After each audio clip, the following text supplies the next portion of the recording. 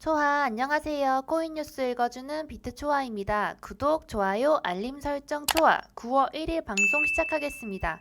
자, 9월 첫날이죠. 제가 저번 주에 방송을 좀 진행을 못했어요. 그쵸? 그래서 오늘은 9월 1일에 맞춰서 조금 전체적인 시장 상황, 특히나 이제 폴란드와 이제 유럽 경제에 대한 이야기를 좀 드려보도록 하겠습니다.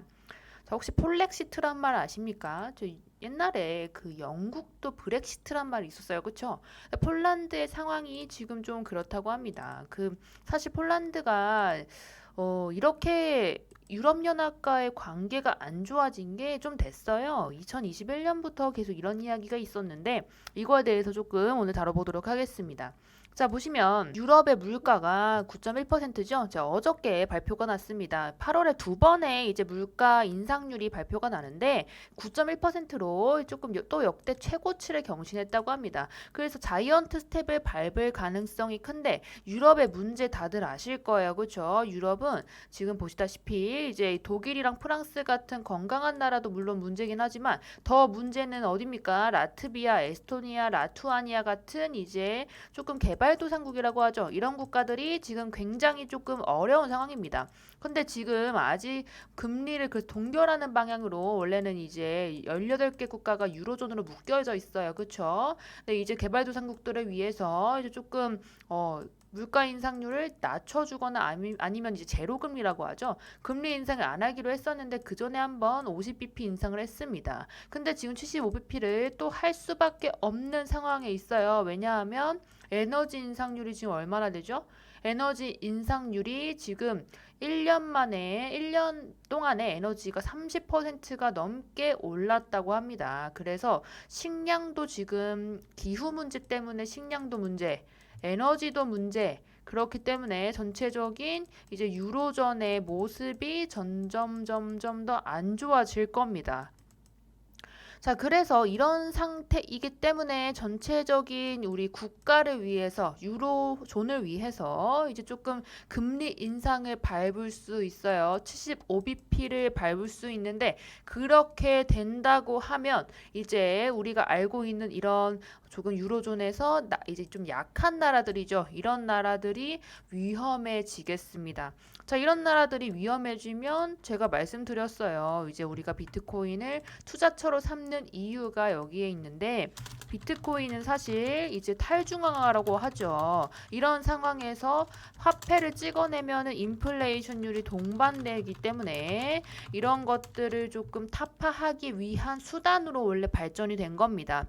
제가 지속적으로 말씀드렸는데 이런 상황이라고 한다면 오히려 빛을 볼 수 있는 거죠. 이런 비트코인의 모습이 이제 조금 어떻게 발현이 될지가 조금 좀 지켜봐야 하는 시점이고요. 여기 플러스로 해서 지금 시카고 상품거래소에 지금 유로화 표시가 된 ETH, BTC 선물이 출시됐다고 했습니다. 이것과 좀 연결지어서 생각해 보시면 좋을 것 같아요. 같이 연결지을 게 뭐냐면 지금 아셔야 될 게 우리가 세계 공용 화폐들이죠. 공용 화폐들 중에 가장 많이 쓰는 게 달러, 두 번째가 유로화, 그리고 세 번째가 위안화, 네 번째가 엔화인데 첫 번째, 두 번째는 비트코인과의 연결성이 이미 있어요.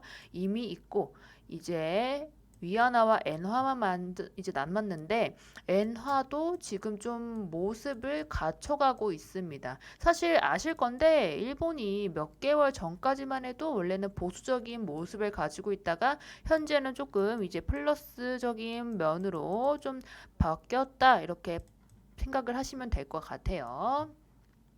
자, 어쨌든 이런 폴렉시트, 이런 폴란드가 우리가 알아야 될 게 뭐냐면 폴란드가 어디에 위치해 있는지 먼저 보겠습니다. 자, 여기 지도를 보시면은 폴란드가 어디 있죠? 폴란드 여기 있어요. 바로 옆에 뭐 있습니까? 우크라이나 있습니다. 이렇게 연결이 되죠. 그쵸? 국경을 맞대고 있는 국가예요.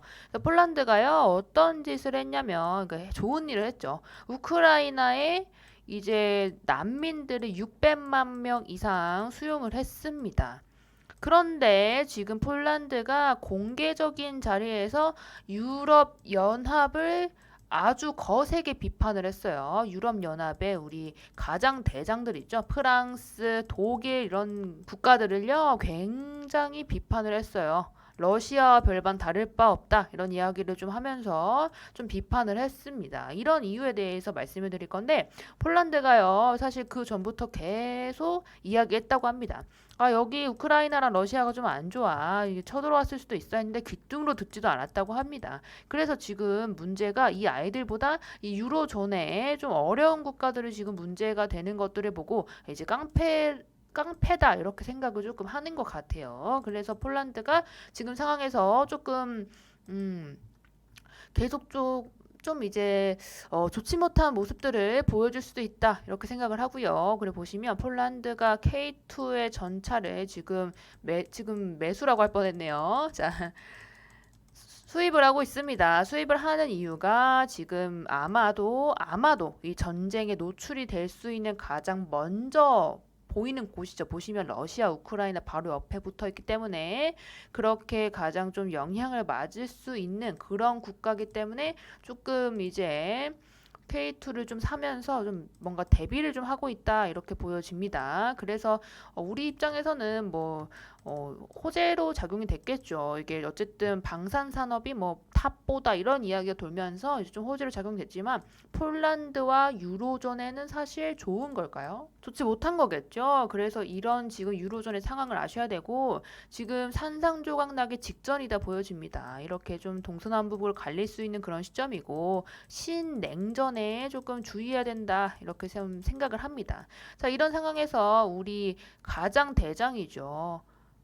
가장 대장인 미국은 뭘 하느냐 하면 미국은 오늘 뭐 했습니까? 950억 달러 규모의 경제 긴축이 들어갔어요.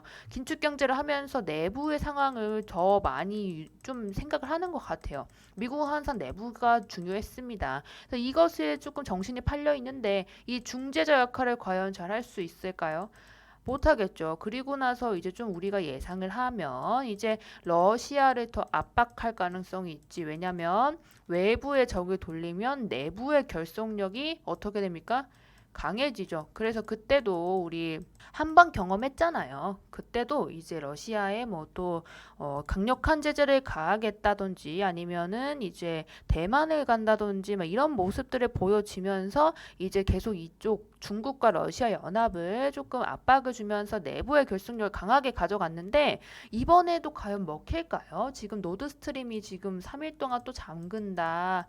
그러면서 에너지 가격이 더 폭등하면 지금 다 죽어나가는 겁니다. 여기는. 여기 어때요?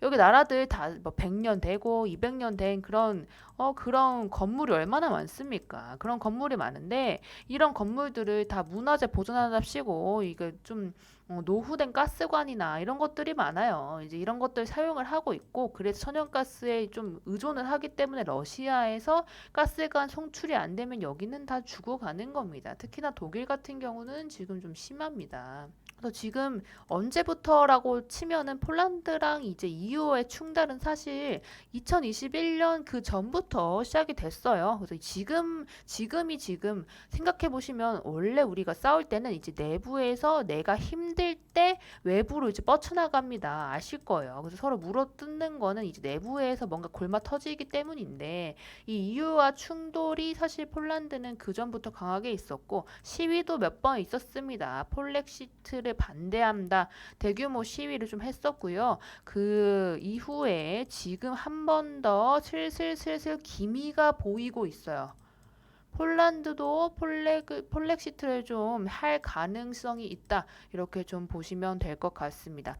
자, 근데 어쨌든 위치적으로 보시면 얘가 우크라이나와 폴란드, 러시아는 이렇게 좀 연결이 되는 것 같아요. 그쵸? 근데 요만큼이 그러면 어쨌든 여기 러시아 쪽에 만약에 붙는다고 쳐볼게요. 만약에 쳐볼게요. 그러면 이런 상황에서는 어떻게 될까요? 그러니까 어쨌든 지금 생각해 보시면 얘가 뭐 어떻게 보이든 간에 우리 유럽연합의 행동을 좀 생각해 봐야 되는데 얘는 지금 다 힘들어요. 힘들고 이 아이들이 어쨌든 이 상황에서 타파가 되기 위해서는 러시아와 우크라이나의 전쟁이 종료가 돼야 됩니다. 이 두 개의 나라의 전쟁이 종료가 돼야 되고 이 전쟁 종료를 위해서 이게 플러스가 되든 마이너스가 되든 이제 좀 행동을 끼칠 거라는 거죠. 영향을 미칠 가능성이 큽니다. 그게 우크라이나의 반대, 지금까지 했던 행동에 반대되는 행동이라도 조금 그런 모습이 보일 가능성이 크고 특히나 폴란드의 상황을 조금 더 주목을 해봐야 될 것 같아요. 과연 이제 어떤 모습을 보여줄 건지 그리고 왜 전차는 그렇게 자꾸 사고 있는지 왜 전쟁을 준비하는지 보시고 이 폴란드의 모습에서 좀 힌트를 얻으실 수 있을 것 같습니다. 앞으로 국제 정세에 따라서 우리 안 그래도 많은 우리 여러 가지 9월에 안 좋은 것들 많아요. 유럽도 그렇고 미국 금리 인상도 그렇고 정말 뭐 안 그래도 머리 터지는 일이 많은데 유럽 연합까지도 지금 아주 큰 문제를 자꾸 야기하려고 하죠. 이런 상황에서는 이제 최대한 거시경제적인 악재가 소멸이 되면 그것이 또 핑계로 올라갈 수 있는 장입니다. 반대로 내려갈 수도 있는 장이죠. 그러니까 우리 이제 폴란드와 전체적인 유럽 국가들, 유럽 연합의 기추에 계속 조금 귀 쫑긋쫑긋 하시면서 이제 우리 채널 구독, 좋아요, 알림까지 설정하시면 앞으로 좀 빠른 대응, 빠른 대처 가능하실 것 같습니다. 아래 하단부에 우리 단체 카톡방 있어요. 단체 카톡방 들어오시면 이제 빠른 이제 안내 그리고 거시경제 안내, 시황 안내 다 받아보실 수 있고요. 그리고 가끔씩 나오는 이제 추천 코인들 사시면 수익들 많이 내고 있으니까요. 들어오셔서 이제 같이 매수매도 하실 때 도움 얻으셨으면 좋겠습니다. 자, 지금까지 봐주셔서 감사드리고요. 저는 비트초아였습니다. 구독, 좋아요, 알림 설정 초아.